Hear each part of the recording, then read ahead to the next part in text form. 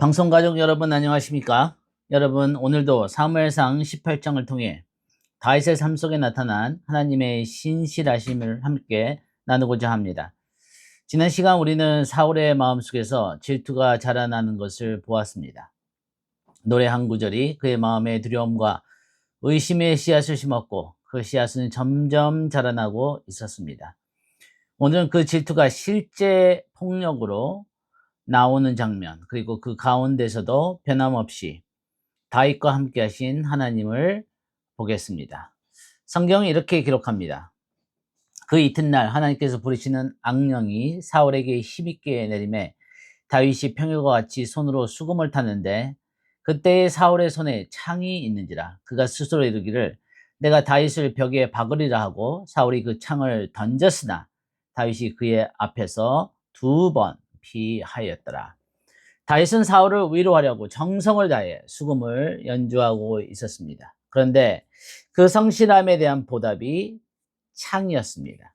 사울의 분노와 질투가 그의 마음과 감정 안에 큰 어두운 영이 활동할 문을 열어주었고 결국 그는 다윗을 향해 처음으로 난폭한 행동을 하게 된 것입니다.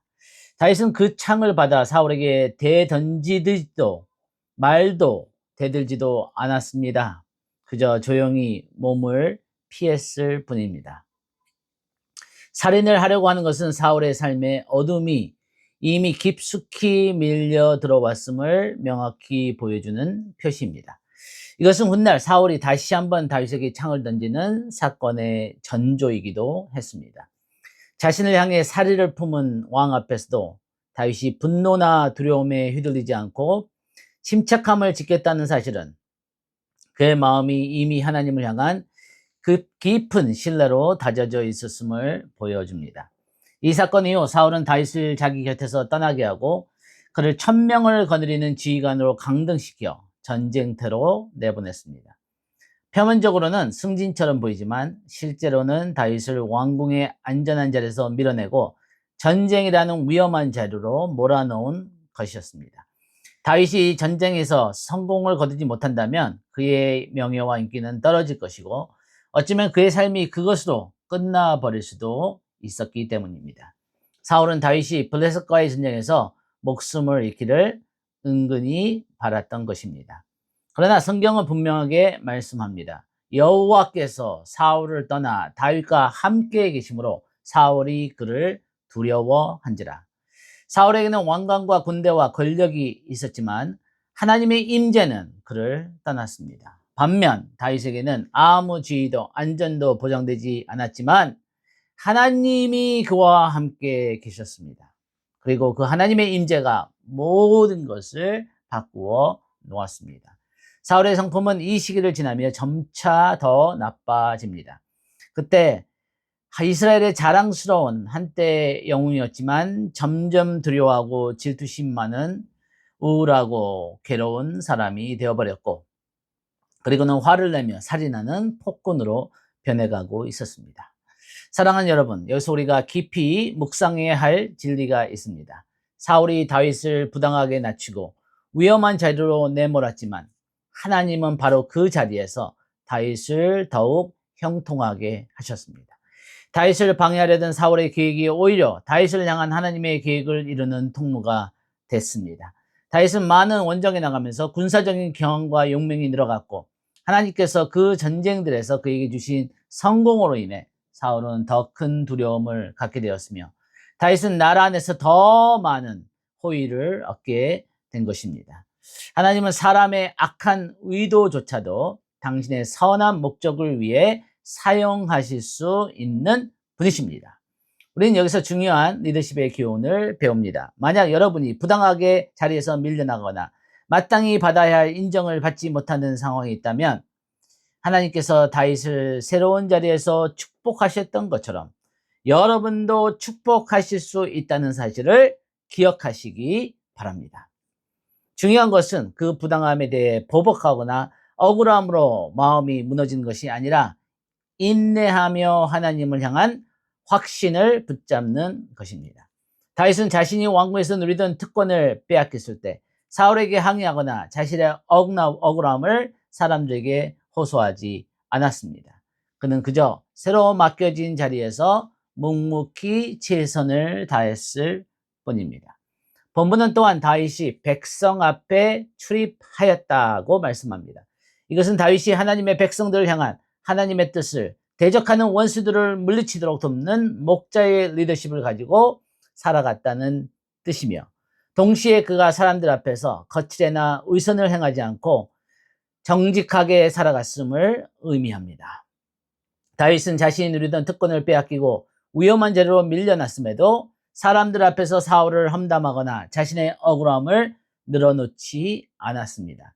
그는 사울이 자신에게 얼마나 나쁘게 대하고 있는지를 다른 이들에게 말하지 않았고, 사울을 대적할 많은 이야기거리를 가지고 있었음에도 그것을 이용해 사울에게 해를 끼치지 않았습니다.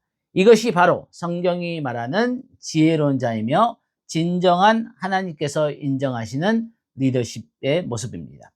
또한 우리는 사울의 두려움이 시간이 지날수록 점점 더 커져갔다는 사실에 주목해야 합니다. 사울은 한때 다윗을 크게 사랑했지만 다윗의 성공을 볼 때마다 감사하기보다 오히려 두려워하는 마음이 커져갔습니다. 그는 다윗이 그토록 가까운 거리에서 자신의 창을 피할 수 있었던 유일한 이유가 여호와께서 사울을 떠나 다윗과 함께 계시기 때문이라고 생각했습니다. 사울의 두려움은 결국 그를 더 깊은 어둠으로 몰아갔지만 다윗을 향한 하나님의 계획은 그 누구도 막을 수 없었습니다. 우리는 하나님의 뜻을 이루기까지 결코 넘어지지 않는다는 사실을 기억합시다. 오늘 말씀을 요약하겠습니다. 오늘 우리는 다윗이 2번이나 사울의 창을 피하면서도 보복하지 않았던 모습, 그리고 사울에 의해 부당하게 강등되어 위험한 전쟁터로 보내졌지만 오히려 그곳에서 더욱 형통했던 모습을 보았습니다. 그 비결은 단 하나, 여호와께서 다윗과 함께 계셨다는 사실입니다. 지위와 권력이 아니라 하나님의 임재가 진정한 능력의 근원임을 확인했습니다. 사울은 왕관을 가지고도 하나님의 임재를 잃었고 다윗은 아무것도 없이도 하나님의 임재를 가지고 있었습니다. 여러분, 혹시 지금 부당한 대우나 억울한 자리 옮김을 경험하고 계십니까? 최선을 다했는데도 오히려 창이 날아온 것 같은 상황을 마주하고 있습니까? 직장에서 정당한 평가를 받지 못하거나 섬기던 자리에서 밀려나거나 애써 헌신했던 것에 대해 오히려 오해와 냉대를 받는 경험을 하고 계십니까? 다윗처럼 보복하지 말고 조용히 하나님께 맡기십시오. 그리고 낮아진 자리에서도 성실함을 잃지 마십시오.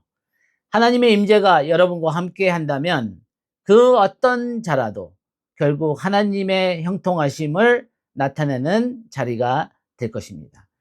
자리와 지위를 구하기 전에 먼저 하나님의 임재를 구하는 이번 한 주가 되시기를 바랍니다. 오늘 하루 여러분이 지금 있는 자리에서 하나님이 나와 함께 하신다는 확신을 붙잡고 성실하게 걸어가시기를 축복합니다. 기도합니다. 하나님 아버지, 부당한 상황 속에서도 보복하지 않고 주님께 맡기는 믿음을 우리에게 주옵소서. 어떤 자리에 있든지 지위보다 주님의 임재를 사모하며 그 임재가 함께하는 삶이 되게 하옵소서. 오늘도 우리가 있는 그 자리에, 서 있는 그 자리에 하나님의 눈동자가 보시고 하나님 앞에서 하나님을 경외하며 하나님을 기쁘시게 할 때 하나님의 임재와 형통하심이 우리와 함께 계시기를 간절히 기도합니다. 예수님의 이름으로 기도합니다. 아멘.